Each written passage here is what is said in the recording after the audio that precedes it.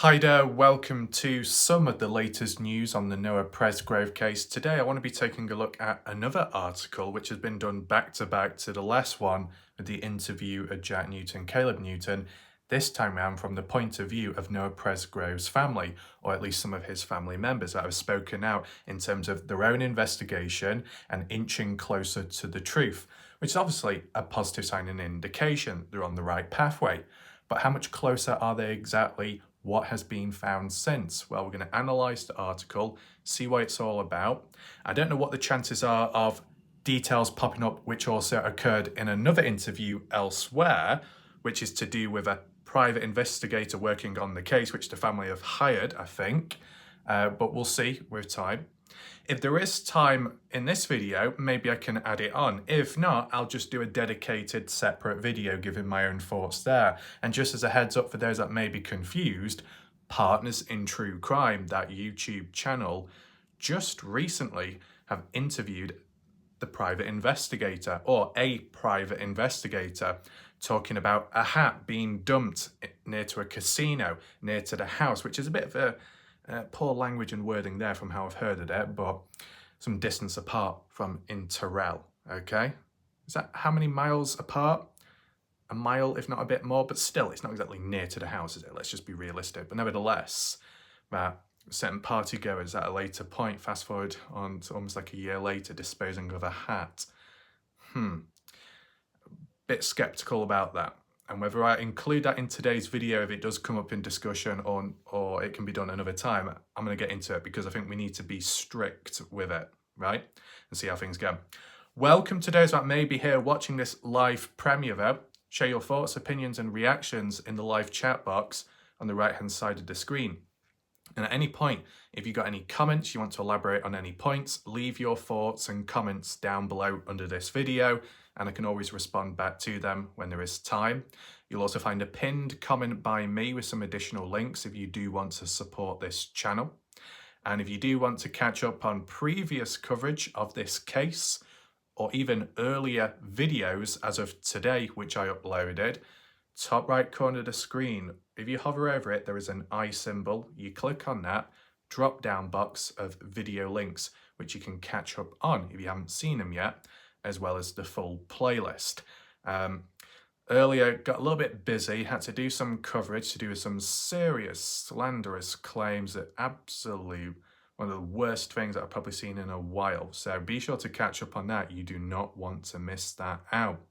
But right now, we lock in, focus with the Noah Presgrove case and what the family have had to say just recently.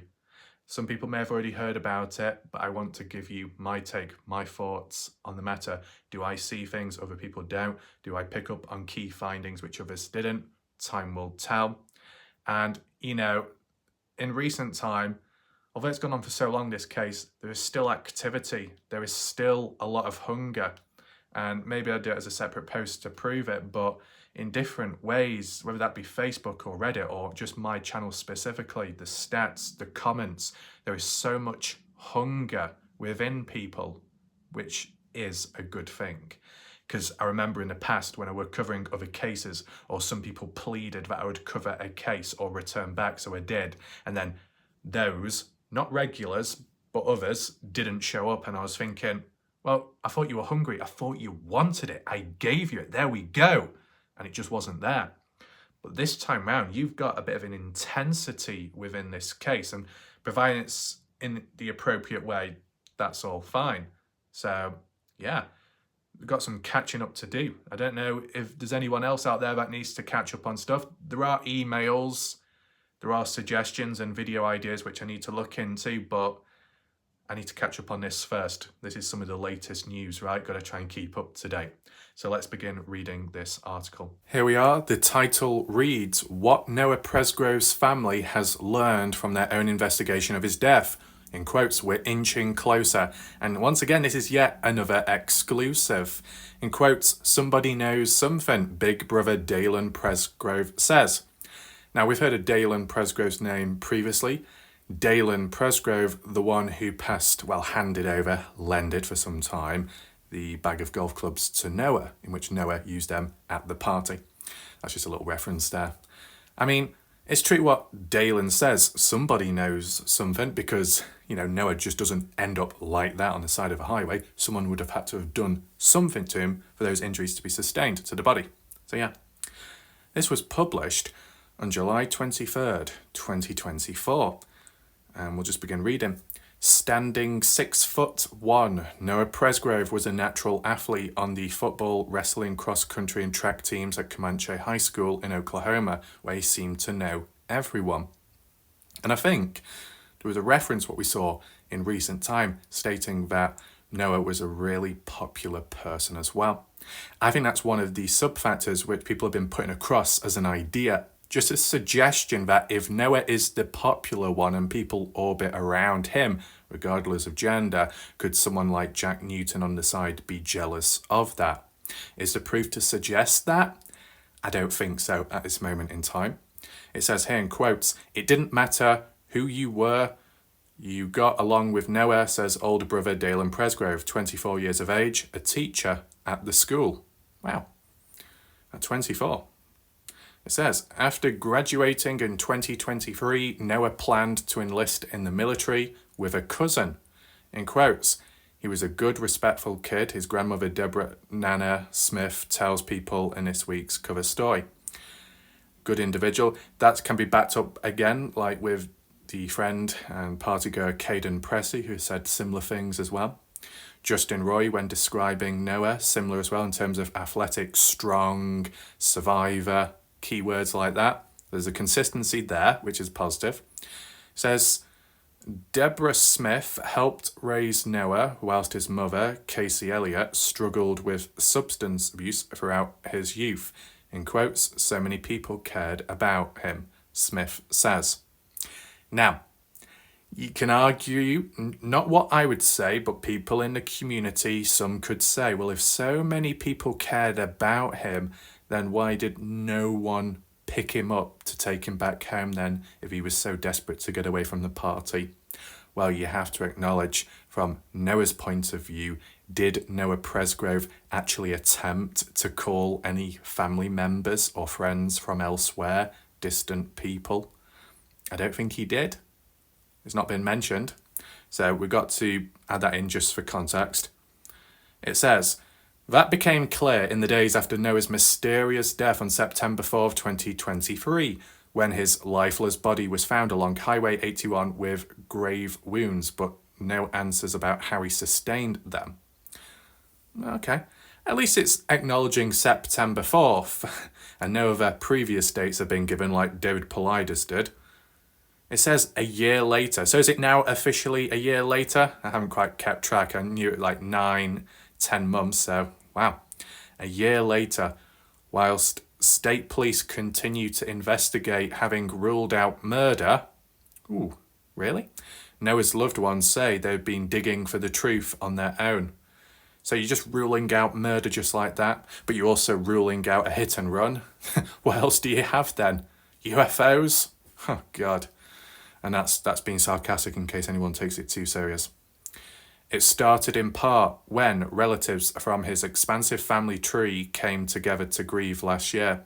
At one of the gatherings, they were greeted by Kathy Bingham, a private investigator whose grandson is one of Noah's cousins. Distraught, the boy had called her for help. Would there be any conflict of interest there in any way possible? I guess not. Is Kathy Bingham the one that was on Partners in True Crime recently? I wonder.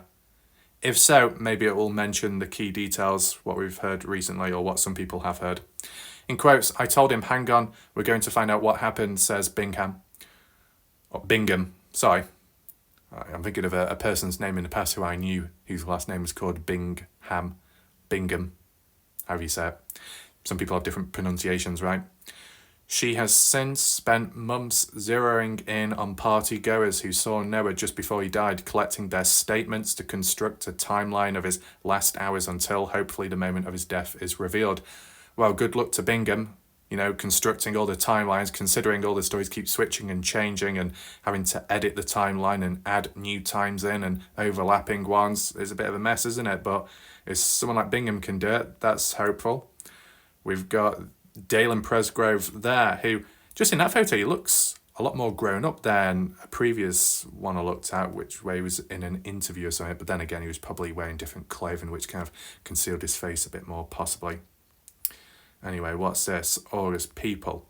Oh, is this like a magazine or a front cover? New clues in teen's shocking death. New clues. I wonder if that will be mentioned here, because I've not seen any new clues just yet. It's given a backstory, that's about it. What really happened to Noah?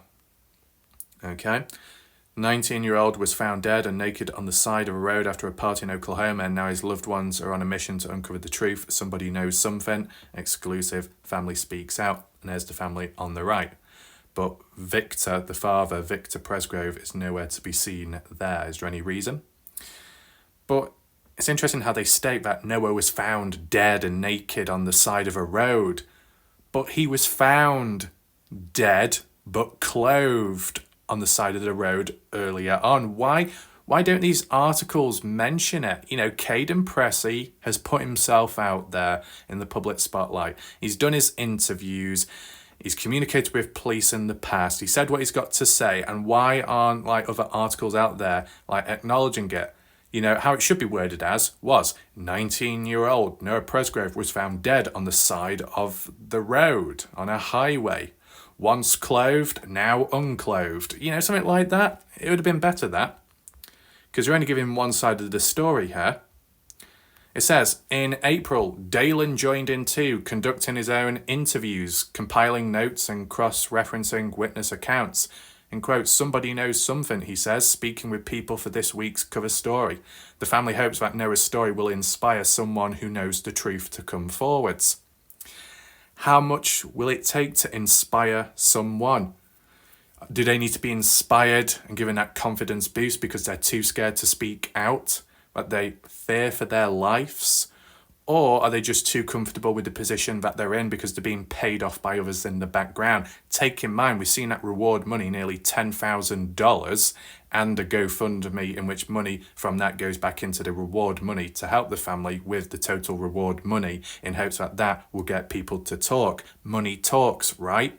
But it depends if that offer can be matched with those within the case or external people out there and family members and parents, whoever, could be paying others off in the background to keep quiet. Oh yeah, there's a $10,000 reward if you speak up and it leads to a successful conviction. No, we can triple that, we can quadruple that if you keep quiet. You don't know what goes on in the background, right? If people were scared or feared for their life in speaking out, someone like Caden Pressey, who's put himself out there, others should follow in his lead, in a way. But it's not really happened yet. Publicly, state police say they can't reveal much because their investigation is ongoing, according to a spokeswoman. Okay. Can't reveal too much.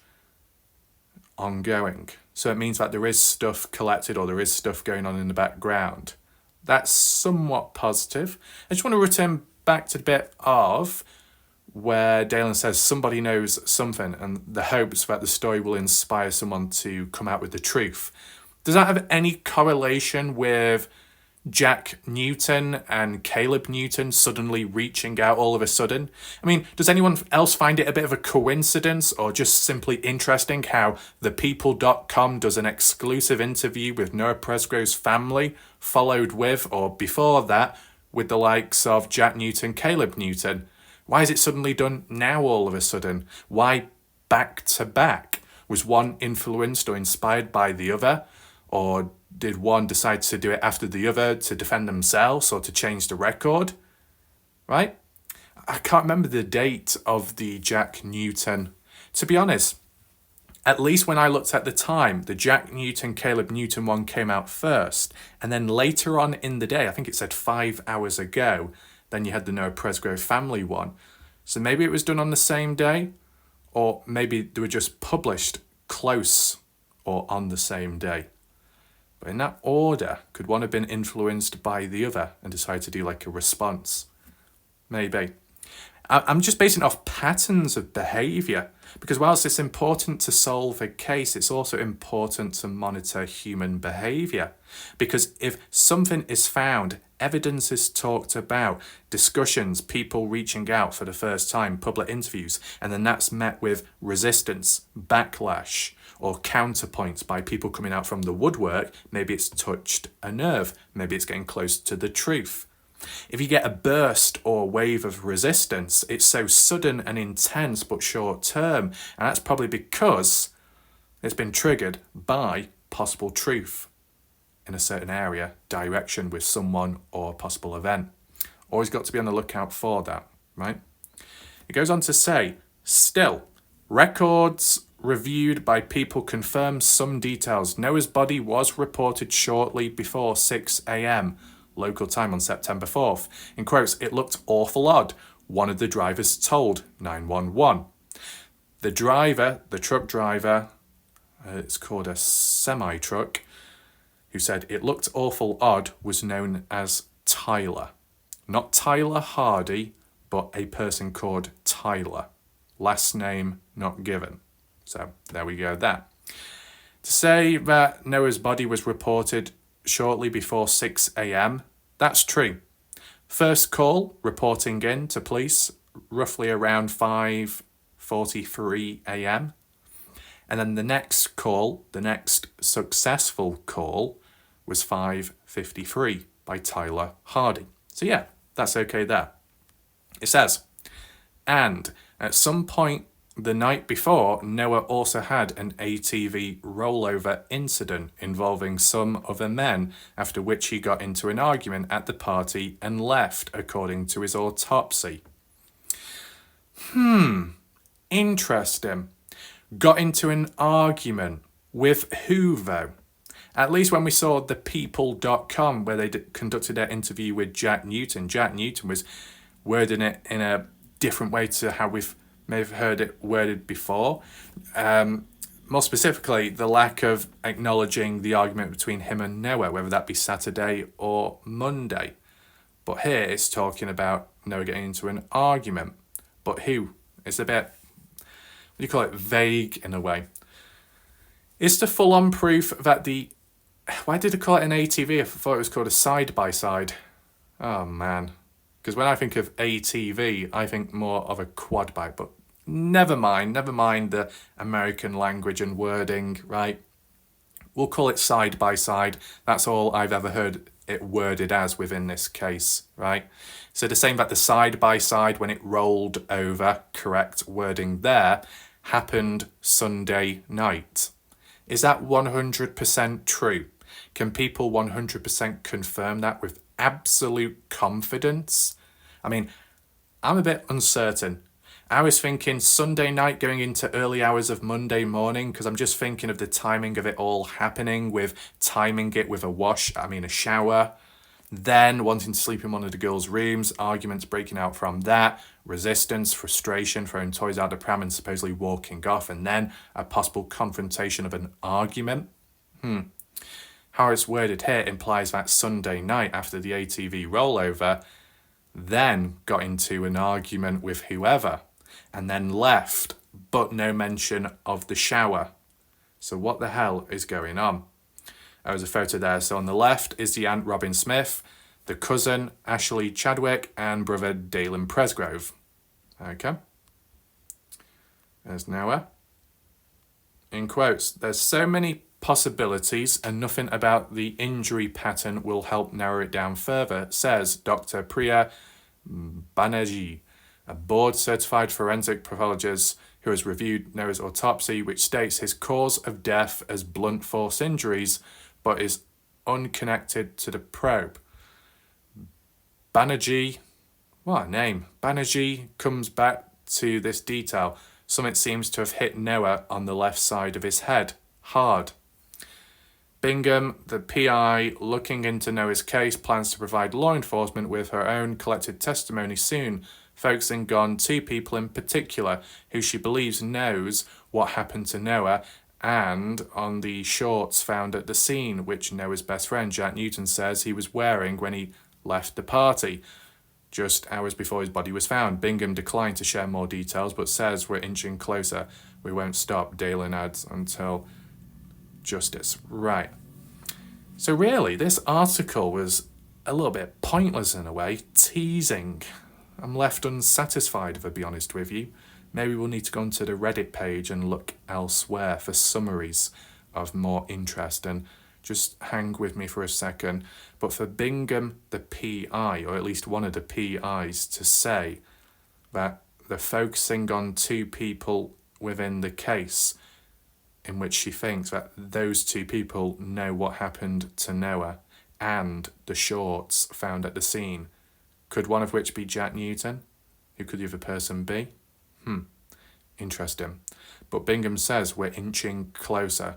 Well, the closer they get, how will those within the case react? With more resistance, more threats? I guess time will tell. So we've transitioned onto the Noah Presgrove Reddit page because I just simply wasn't satisfied enough with that article. It was a bit piss poor. Okay, granted, maybe they can't say too much, but in terms of saying that they're inching closer, but you know, we can't really reveal anything at this moment, then I don't know, it's just a bit flat, the tone. And yet you've got Partners in True Crime who's done an interview recently with an individual, which we're going to take a look at. These are notes, summaries by, I think, Whole Perspective, who's known to do summaries of stuff that they watch. So like Whole Perspective, I think, has done previous coverage, maybe Caden Pressey as well, by summarising key notes. Now, of course, I do my own. Yeah, I do. But this moment in time, let's just see what people think about that video, that special guest, Kathy Bingham, the PI. Right. So it's worth covering this right now because it links on from that article what we read earlier on in this video. If you have suddenly joined this live premiere, for full context, be sure to rewind back to the start of this video so you don't miss out on anything, okay? And if there is time in the future, maybe I can try and watch the video myself, make my own notes, but I did see the odd comment by someone saying how, you know, I'm so far into it and it's just going on and on and on and there's no new information. Make sure you put it on ×2 speed. I mean, I appreciate the heads up, of course, but let's see how interesting it really is and what Whole Perspective picked up within that video. I know some people on my channel have picked out on key points. Let's see if it correlates here. 9 hours ago, podcast discussion. Partners in True Crime, episode 8, notes. Guest, Kathy Bingham, PI. PI means private investigator. The air date was July 23rd, 2024. Duration, 1 hour, 4 minutes long. Keep in mind, some of the things they discuss, Kathy is cryptic or vague in her answering because this is still an open investigation and she cannot share everything she knows. That's understandable, but at the same time, just in my own opinion, when it gets cryptic and it's like breadcrumbs and teasing, I don't really like those type of mind games. And that's only because all the cases that I've covered in the past, people did get cryptic for other reasons, and it didn't always help. But in this case, you know, Kathy has got to control herself in what she says so it doesn't harm the case. I understand, but let's just see the summaries here. So one of the first points mentioned, Kathy has been working the case since the very beginning. She has been a PI for about 1.5 years, which is quite short, to be honest. She's also a certified FEMA SAR, Search and Rescue. Okay. Kathy immediately jumped into interviewing kids. She never went down to the scene itself. That's disappointing. She's working alongside LE and is passing on any evidence or information she receives. Right. So what, she's passing on any evidence or information she receives onto the LE, or is it what she gets from the LE she's passing on to the family? Bit of both maybe. But honestly, yeah, you can be a PI and you can work alongside the LE, but are the LE competent enough to work with? Is there a possibility that if Kathy does find anything, passes it on to the LE, if any of the LE are a bit dodgy in some way, they could dispose of that evidence or mishandle it accidentally, and then it's gone to waste? Maybe I'm too skeptical, but this case is dodgy and dodgy people are involved, right? It is a shame that Kathy never went down to the scene itself. But did Kathy go down to the party house though? I wonder. because the scene would be considered the highway, right? Sarah Long, we've seen on Facebook, the sister to Stevie Howard, once labelled the party house as, oh, I visited the scene. The party house being the scene. Slip of the tongue? Who knows? But maybe in this case you could have multiple scenes. The end scene, which is the highway, and then the other scene was where maybe he was killed. You never know. That's one way of looking at it. But for Kathy to jump onto interviewing the party goers, that's obviously a good thing. Do it as soon as possible, as fresh, and then compare and contrast down the line. It's a good thing to do, especially when you're interviewing people really early on. They might have more of a fresh memory and recollection of events compared to nowadays. So there is that. What else? Kathy was the first to interview some of the party kids. Kathy believes 2 of the kids are 99.9% telling the truth. She says, based off their body language and what they have told her, the 2 are being honest. She has spoken to about 6 of the party kids. Oh, only 6. So way back then, over a year has passed by and they've only managed to interview 6 of the party kids. And yet supposedly there was at least 40 people at the party. Yeah, I know. It can take a long time to interview that many people, keep tabs of them and know where they're all at. If they're, come and go from all different places, and some are from Texas as well. But at least how Caden Pressey worded it, or no, it was actually Jack Newton. There was like 9 long-time friends or so, at least. So you had supposedly Logan, the one which I seem to forget about, Logan, which is a female, Caden, Noah, Jack, Brylan, Isaac, Avery, Carter, Jasmine, Mikey. I'm not too sure about him. Okay, so some of those key people what we've heard of, a bit more familiar now, and I'm sure those names what I've read out of the 6 of them could have been interviewed as it's been worded here, even though the direct names haven't been given. But for Kathy to say she believes, so is there evidence to reinforce that, or is it just her belief, her opinion? That's how it comes across. But at least 2 of the party goers are 99.9% telling the truth. Not quite 100%. Is there a reason behind that? Who could it be? You can leave your comments down below. You can guess if you want. Who do you think those 2 kids are that are telling the truth? If I had to guess, I'd say possibly Caden Pressey, and could it be Brylan Sweat? Just my guess. Okay, you can correct me if I'm wrong, but this isn't a prediction. This is just like guessing based off what's been worded here, now it's been summarised. I mean, at least 2 being honest, that would be positive, but 2 out of the 6 people, I guess, being interviewed, only 2 are honest, the rest are a bit uncertain. And then you got, the total of 40 party goers, the remainder that haven't been interviewed. Wow. Kathy feels like Jack Newton is scared. Either he saw something or knows something. I mean, you can see something and you can know it. You only know if you've seen or heard it, right? Or you've been told. Why would he be scared then? Because I'm sure he's been protected by others. Even Caleb has stood up for him. Has Jack come across as scared at any point? You could imply indirectly the certain body language, characteristics, clothing, the choice of sunglasses when doing a face-to-face interview, not clearly making eye contact possibly. Maybe that, but I don't think it's strong enough just yet. I wouldn't say Jack has come across scared. I mean, he switched his stories many times. Would that be influenced by being scared or forced to change his stories multiple times because he saw or he knows something which others are responsible for and they don't want Jack spilling the beans? Honestly, the one time where Jack could have appeared scared or a little bit uncomfortable was the time where Caden Pressey was talking about how previously, was it sometime in 2023, but later onwards when Caden, Jack were at that scrap pile behind Jack's place, helping out Caleb Newton, and another friend was there as well, a non-party goer. And as we were searching about, Caden Pressey came across the golf clubs, Noah Presgrove's golf clubs, which ended up going missing after that. So they went missing originally, ended up there.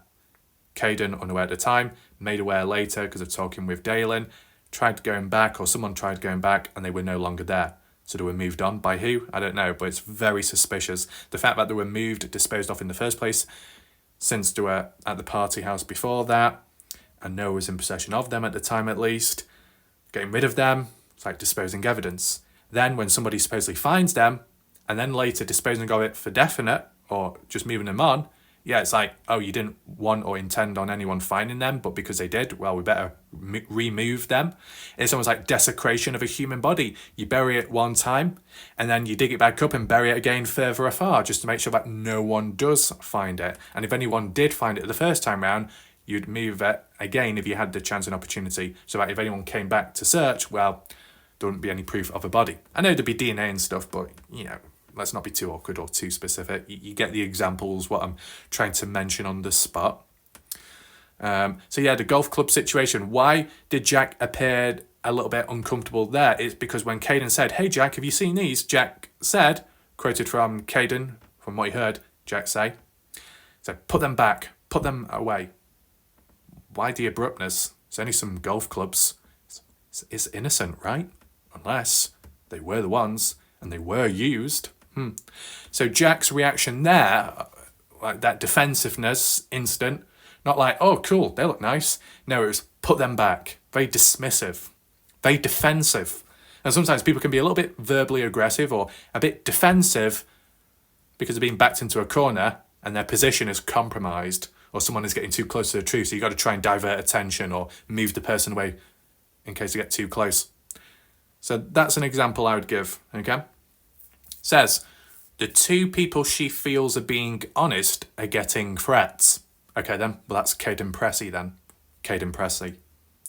But who the hell else? Who else is getting threats? To you watching right now, who else has been vocal within this case? In the right way, being vocal, okay? Spreading the message, spreading the word.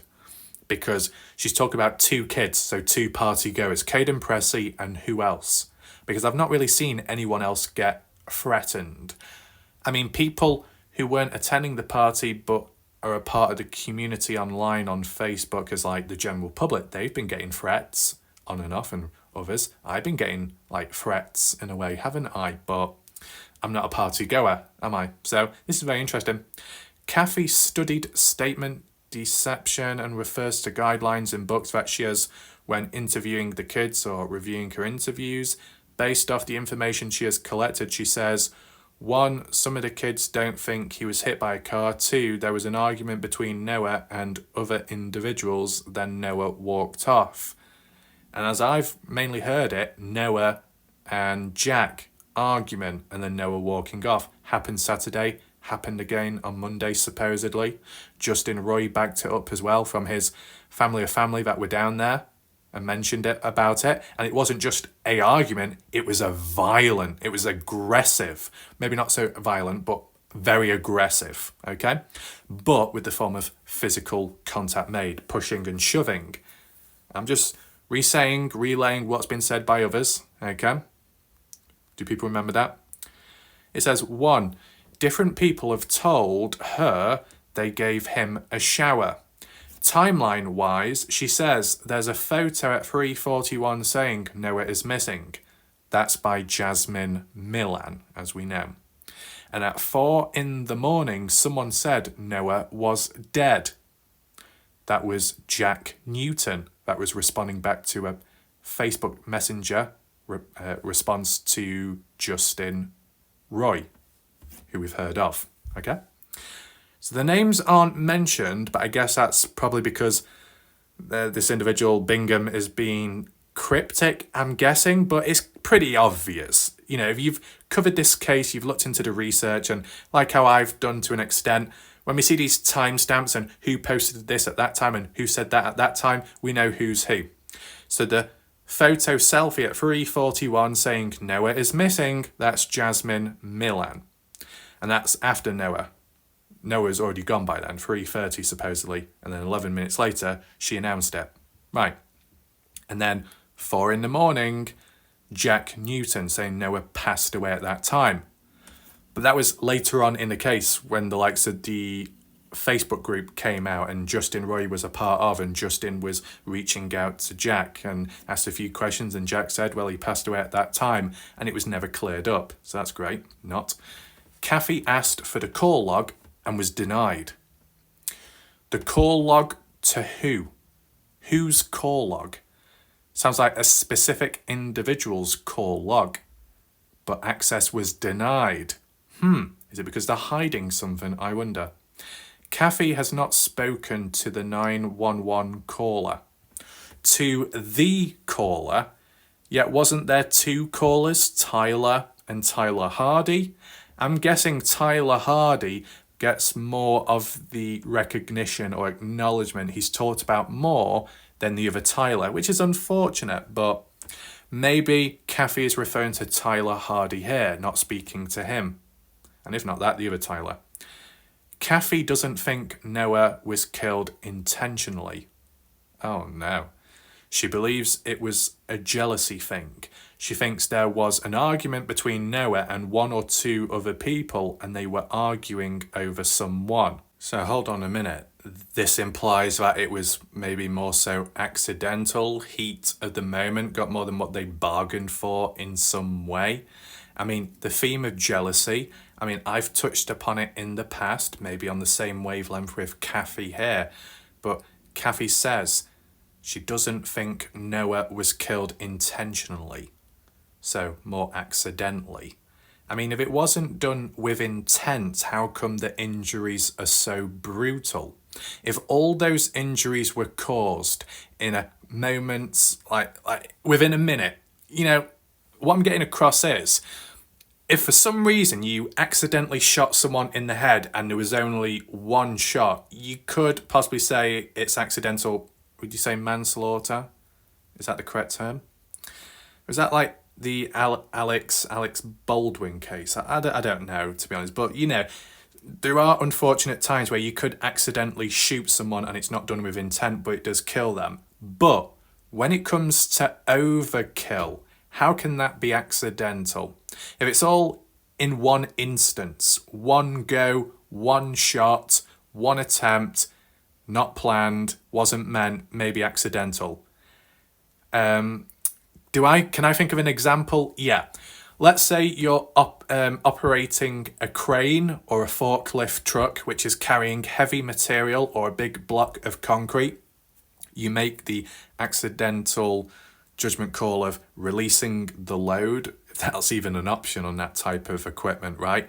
You accidentally press the wrong button, which then causes the stuff to be released and it drops from a height and it just happens to land on a person. It wasn't done with intent, but as for the injury sustained, overkill, okay? In that one instance, that one attempt, which wasn't intended for in the first place, that one accident has caused that much damage in a matter of seconds, right?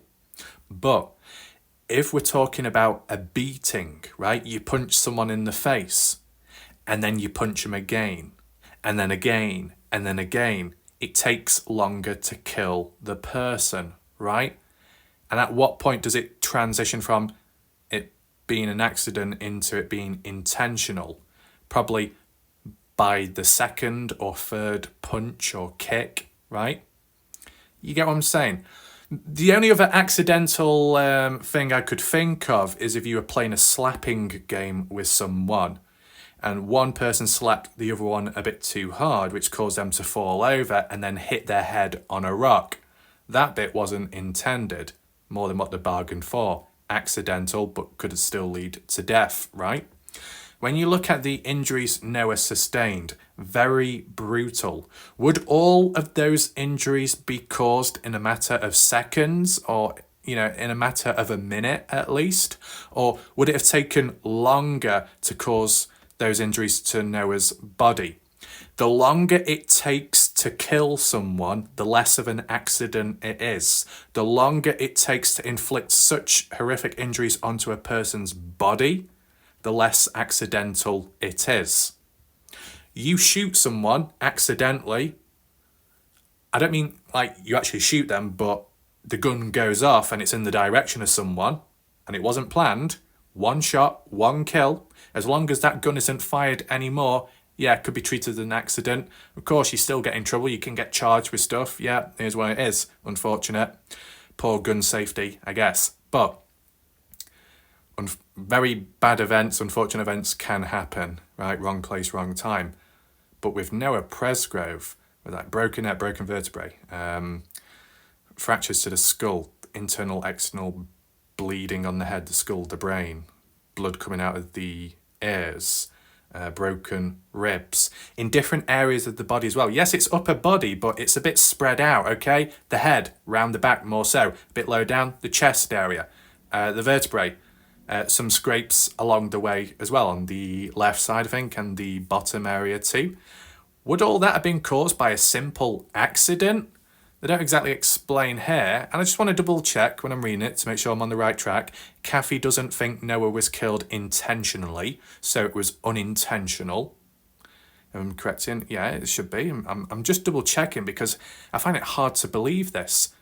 So Kathy, how close is she to the family? Well, wasn't it through that cousin or something that reached out, or is with Kathy? I can't remember the bloody family tree ties, but I guess there's no conflict of interest though. So Noah, possible argument with one or two other people. So that would probably be Jack Newton, and who could be the second individual? A female or a guy? And a 2-on-1 situation maybe. But how does an argument lead to an unintentional death driven by jealousy and such brutal overkill injuries still seen as an accident? I'm really questioning this, okay? If there's evidence that can be backed up down the line, fair enough, but I'm not seeing any yet. Let me know your thoughts down below. Do you agree with what Kathy says that, oh, it wasn't intentional? Yeah, Noah was brutally, killed in a way, and such damaging injuries, really brutal, extreme blunt force trauma to the head to cause such injuries. But, it's just an accident. Yeah. Really? Oh, well. What else? Some parents refused to let their kids talk with Kathy. Oh, I wonder why. Stevie Howard? Probably. Yeah. Caleb? I don't know. Kathy, Renee Milan, maybe. Kathy has spoken with someone who said they saw 3 boys from the party throwing away what looked like Noah Presgrove's hat in the bathroom trash can at the casino. This person identified one of the 3 boys. She is currently trying to find out if the video from the casino of this exists. Does it still exist? Now, I saw the comment last night on my channel where they said near to the house. There is no casino near to the party house, but there is a casino in Terrell. That was basically what was meant, but I just wanted to make it very clear. It's in Terrell where the casino supposedly is at. And inside, within the bathroom area, 3 boys throwing away a hat which looked like Noah's hat. Not that it was, but it looked similar. Let's be realistic. Is this the Dylan Rounds case all over again, where Ty Corbin relays on that, oh, a John Deere hat has been found, this could be Dylan Rounds? And then in the end, don't really hear much. Probably wasn't. False lead. False hope. We've seen it time and time again. Let's be realistic. Let's not get our hopes up too much. The biggest, most important question is, though, what year did this happen? And why has it only come out now? Why has it taken this long when there's been enough awareness within the area locally to, spread awareness of the case? If you know anything, reach out. Unless it was... unless they did reach out way back in the past or at the time of when it happened, right? And it hasn't been talked about until now. Okay, that would That would make more sense. Fair enough. The only other possibility would be is they've only reached out now because it only just happened recently.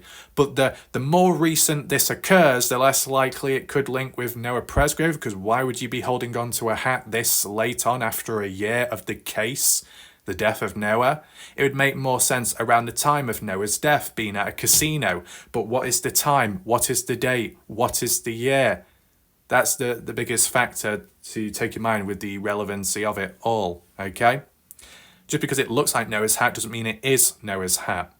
And depending when it happened as well, such as in the past, like a year ago or many months ago, checking for that video footage at the casino, it probably won't be there. It might have been overwritten by newer footage. If it's on like a constant feed, like recording. Facts based off her information. Number 1, Noah was not run over. I think most people agree with that. Number 2, majority of them are lying about what happened. Wow. Kathy was discussing with Caden's mum, Alicia Lee, about a video that possibly shows individuals taking Noah's shorts when he's on the roadside. Is this to do with the secret hidden recording? Kathy showed her a picture she was sent that showed a person possibly in uniform, a uniform they both recognised. The photo was dark, it was before sun came up and you couldn't make out who they were. Basically, we have heard about that on Facebook. Details were supposedly given. At least 4 people in the shot of the camera, 1 person behind the camera, and it was supposedly after 5:30 a.m. when Caden was told to leave. That's how it was worded in the past. The time 5:30 just came in recently when Caden announced when he left the scene. And I was trying to piece it together to work out that, you know what, if any foul play was to take place, tampering of the body, it would have had to have been once Caden left. Because if Caden remained there, he would have seen it and he would have mentioned it by now, probably. Right? Yeah. In terms of the original claim, 2 volunteer firefighters, I believe, Bob Wilcoxon and a police guy were there, and the police guy was taking the shorts off. That's how it was worded previously by people on Facebook. Slightly changed since, so that's not great there, but anyway. It says, this starts at the 37-minute mark in the video of Partners in True Crime.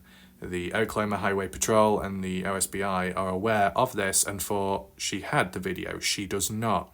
She said they can have her phone at any time. I think they said at least 3 people have that footage, but they're trying to get the original, or the original has been found. But a person on Facebook that was reaching out about it, inquiring, got blocked by that person. Yeah, it's messy, but what I hear here, I've heard it in the past with more detail. Kathy is doing this pro bono. I've heard that before. What does pro bono mean? Not getting paid or something? I don't know. Kathy has tips on where his murder might have happened. So that implies, not at the highway, but before. So that implies that Noah was dumped at the highway and Kathy believes in that. It's a place, spot no one has mentioned before. Well, that makes sense.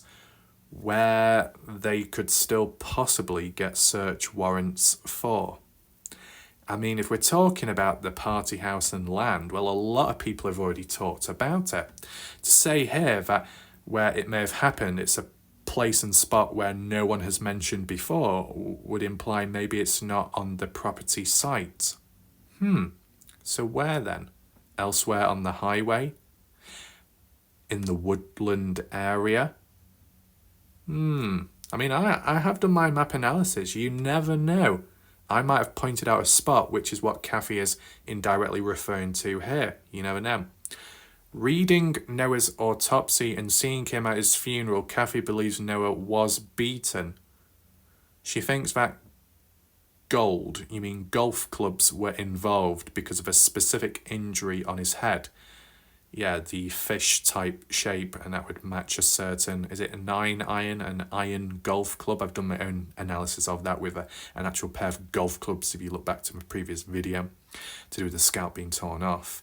She did some measuring and says it matches some types of golf clubs, yeah? Also, she thinks possibly a pipe and a butt of a gun were used. Oh, so a range of different items were used, but Kathy also says that she doesn't think that it was done intentional and it was just because of jealousy. So it could be considered unintentional. That if jealousy was taken out of the mix, then no, they wouldn't have killed Noah. No, it would have been all fine.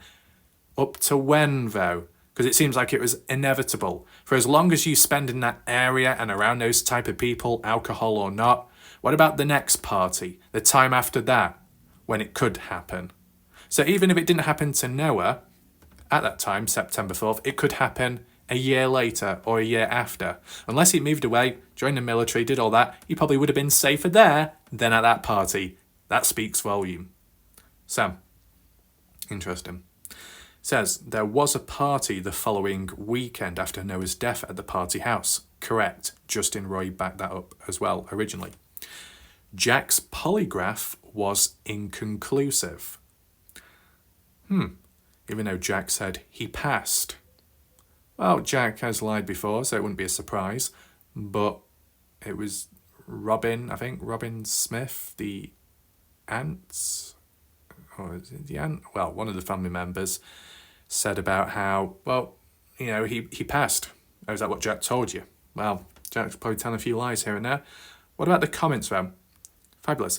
Does anyone know if Jack and Carter are still set to get married? Well, originally it was called off. Biggest piece to me is that Jack's polygraph test came back inconclusive. Wow, I'm confused. I thought Robin said he passed it. Well, she did at the time, unless she's been lied to by the likes of Jack, I guess. If someone is saying he died at 4 a.m, then why wasn't police called until just before 6 a.m?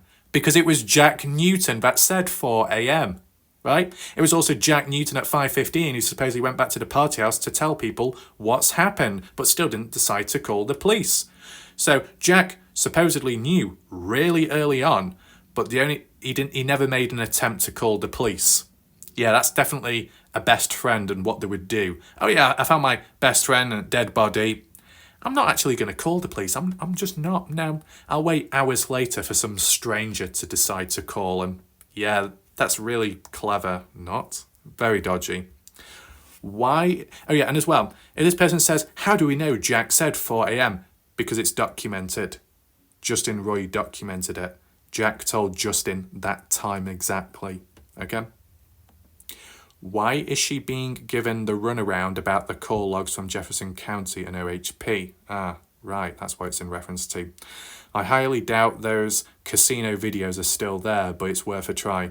A lawyer could have helped if hired in the beginning to contact the casino and send a notice of preservation of evidence. Yes. Not sure why an attorney has not been hired yet. As I've stated before, yesterday was late. A lawyer could also assist in pushing for the search warrants for that property where Noah was allegedly murdered. They would certainly be able to do more than the private investigator. I'm glad she's nice enough to do this pro bono. I also think a lawyer would pick up pro bono, at least on the contingency basis. Any lawyers in this group willing to help? Hosting a party on the same property the weekend after Noah's death is absolutely disgusting and despicable. Here's weird. I believe their wedding date has already passed it. Was towards end of June. I haven't heard any chatter of them getting married. As said, it was rumoured that within the community of Terrell, the wedding was called off some time ago. And as well, if you go on Facebook, they have unfollowed one another and no longer in a relationship status on Facebook. Now, that could be done as, what do you call it, misdirection, a publicity stunt, you never know, because recently Jack did stand up for Carter, so that says something, and didn't correct that person online, but called Carter his girlfriend. He didn't say, no, she's my ex-girlfriend. No, didn't contest it, so it could imply that they're still together. Whole Perspective says, I remember Robin saying he passed, but who told her he did? Probably Jack, right? Just like how Stevie Howard says this and that, and Sarah Long does, and then they afterwards say, well, I think that's what was said. That's what Jack told me, at least. Oh, great. I'm wondering if someone actually told her he was dead at 4 a.m, or if this is based off that text of Jack Newton saying he passed around 4. It's probably the text. Either way, that's a long time before the 911 call. Plenty of time to stage the scene. She's not allowed the call logs, per that it's an open investigation line. I definitely think a lawyer could help. I'll just see some more comments if possible. I had read somewhere in one of the groups that the purpose of the party was actually to meet and get their story straight, which makes sense. Oh, the groups that the purpose of the party. The party. Are you talking about the party the following weekend? Is that what you mean? Do you have a screenshot of where this was stated? Jack is listed as single on Facebook, but could just... Yeah, but they were in a relationship. And then it changed. Maybe some people need to check my videos out for previous research. Amazing write-up. Yes, done very well by Whole Perspective, summarising a 1 hour long video. Whole Perspective did a very good job at summarising it because, you know me, if I was to do my summary analysis of a 1 hour video, it'll probably be 2 hours long. I know, it's a bit silly, but, you know, it is what it is. Intrepid Bird, seems like Caden Pressey was one of the two people who the PI believes. Wonder who is the other. Yeah, we're on the same wavelength there. I thought it was interesting that the PI characterised the kids she spoke with as scared to get in trouble, scared of being implicated, scared of something bad happening to them. Yeah, could be a range of reasons, but also subtly indicates to me that they collectively know something about what happened, meaning if your friend died and you had zero clue what happened, would you necessarily be scared? Rattled, sure, but scared. Yeah, my point, summarised. Desperately hope the family and friends get much needed answers, closure. True. Not killed intentionally, but hit in the head with a golf club. Makes... Exactly. It's stupid. Also, not just hit once. His injuries was horrific. Intentionally decapitated. See, this is the thing. You know, you could walk around with a gun. Oh, I've just fired my gun. I've just shot someone in the nuts. Apologies about that. Oh, I fired it again in the other nuts. I'm sorry. Oh, I've just fired it again in one nipple. Then the next nipple. Am I the next gunslinger? I don't know, but I think I might be pressing the trigger intentionally. Because how many times do you press it and call it an accident? Yeah. Sometimes I give extreme examples just so it makes sense to people. What else do we have? Platypus, good name. They partied again in the same house the following weekend. Yep. I had read in a group it was a meeting to get their stories straight. Is that so? Do we have any backup of that? Because that would be interesting. And why the following weekend? Why wasn't it done during the week? Is that just because people are busy, work or school? I don't know, maybe. What else? As soon as she said jealousy as a motive, yes, he was a very beautiful young man, very outgoing, athletic. I'm sure it sparked a lot of jealousy. Just watch the videos from the party again. Noah's wearing those black shorts throughout. The white shorts belonging to Jack is definitely a red flag. But, you know, yeah, there was one point where Noah was wearing other coloured shorts besides the black ones, but that was on the Saturday and they looked beige, not white. But, you know, if Jack was wearing the white shorts at the party, then changed, and then Noah used them after, still seems dodgy. Seems like Jack did have a role in his best friend's murder. Why else would he help cover it up and, you know, spread lies as well? Maybe because of Carter Combs being the sister of the birthday girl, Audrey? You mean Avery? Is that it for the comments? I guess so. So I'll just finalise it, my thoughts on the casino situation. So the more I think about it, don't have to get one's hopes up, but I think a more focused video is needed. What we can take from that 1 hour long interview, which has been summarised on Reddit, which is very helpful and useful, at least in terms of efficiency, and it being confirmed by other viewers that directly watched that interview. Mainly, the most important point that came from that Partners in True Crime episode 8 with Bingham, Kathy, is to do with the casino and the supposed hat being dumped. In terms of the year and the month, was that mentioned? If anyone can mention the year and month as to when this casino thing occurred, that would be appreciated. Leave a comment down below if you can answer that. Because what I'm considering on doing for the first time round in this case, and it depends if there are photos, there's no guarantee, but I can at least try to get up close. And we return back to the Warlike Wrath original of the map tour. Okay, touring around and looking at buildings and places, dodgy places, etc. But within the right reason, of course, in this case, because it's quite serious and it's tied within the area, but you get where I'm coming from. Those that have been around a long time, we could check into the area and look at photos nearby. It's been done in the past, it worked. Maybe I'll take that into mind, and then I can narrate over it and give my thoughts as we go along. But it would be nice to know the date, the month, the year as to when this casino thing supposedly happened, whether it's directly to do with Noah or not. If there are 3 boys, party goers, and they're all party goers, and they're related to the case, then yeah, worth looking into. There's no harm, but just need to know the relevancy of it, and then I'll do a separate video. So, you know, hopefully you found this video somewhat interesting. The initial article, what we read, was a bit flat, and that's why I decided to combine it with this, because it kind of all ties in with the same thing, right, and the same individuals. So it was necessary to bulk it together in the correct order, nice flow. Appreciate people's patience. Maybe not all of you were notified with the video that I did earlier or last night. Be sure to catch up on them. As said, I symbol, top right corner of the screen. If you go to that right now, hover there, top right corner, you'll find it. Click on the eye, and then you've got the drop down box. And if you do have any questions or thoughts, reactions of this video and coverage, leave it down below. We'll leave it there for now. Thanks for watching. I'll see you next time. Goodbye.